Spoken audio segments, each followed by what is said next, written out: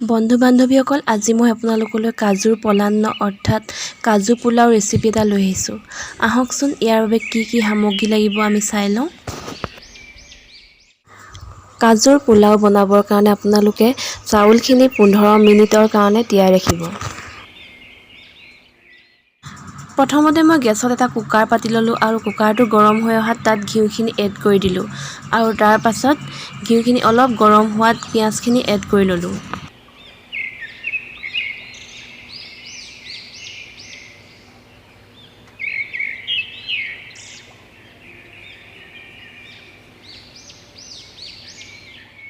এতিয়া পিঁয়াজখিনি 3-4 মিনিটমান সময় কম জুইত ভালদৰে লৰাই লোৱাৰ পিছত জিৰাখিনি এড কৰি দিলোঁ। জিৰাখিনি পিঁয়াজৰ সৈতে অলপ সময় ভজাৰ পিছত মই ইয়াত লং, ডালচেনি, ইলাচি কেইটাও দি দিলোঁ।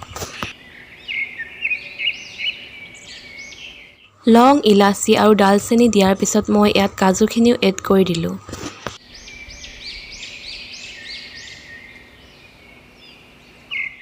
তাৰ পিছত কাজুখিনি অলপ সময়ৰ বাবে কম জুইত ভাজি ল'লোঁ।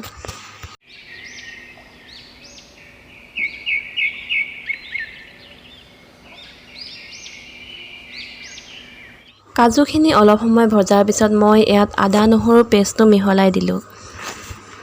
আদা নহৰুৰ পেষ্ট দিয়াৰ 1 মিনিটমানৰ পিছত মই ইয়াত চাউলখিনি দি দিছোঁ। লগতে চেনি, নিমখ আৰু গৰম মছলা পাউডাৰ এড কৰি দিছোঁ।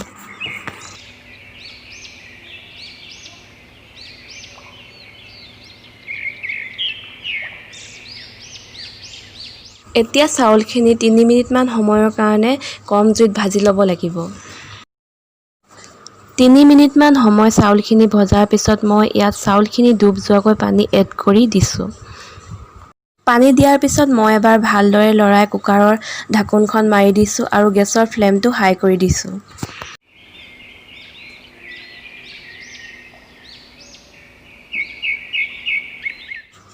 পোলাওখিনি ৰেডি হ'বৰ কাৰণে আমি কুকাৰত এটা হুইচেল দিব লাগিব আৰু এই সময়খিনিতে মই অলপ পিঁয়াজ ৰঙচুৱাকৈ ভাজি লৈছোঁ।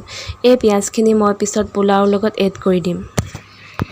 কুকাৰত হুইচেল দিয়াৰ লগে লগে আপোনালোকে কুকাৰটো খুলি নিদিব। কুকাৰটো নিজে নিজে ঠাণ্ডা হৈ খোল খাবলৈ দিব। আগতীয়াকৈ খুলি দিলে পোলাওখিনি বেয়া হৈ যাব। এয়া আমাৰ কাজু পোলাও ৰেডি হৈ গ'ল। চাওকচোন কিমান ধুনীয়া লাগিছে।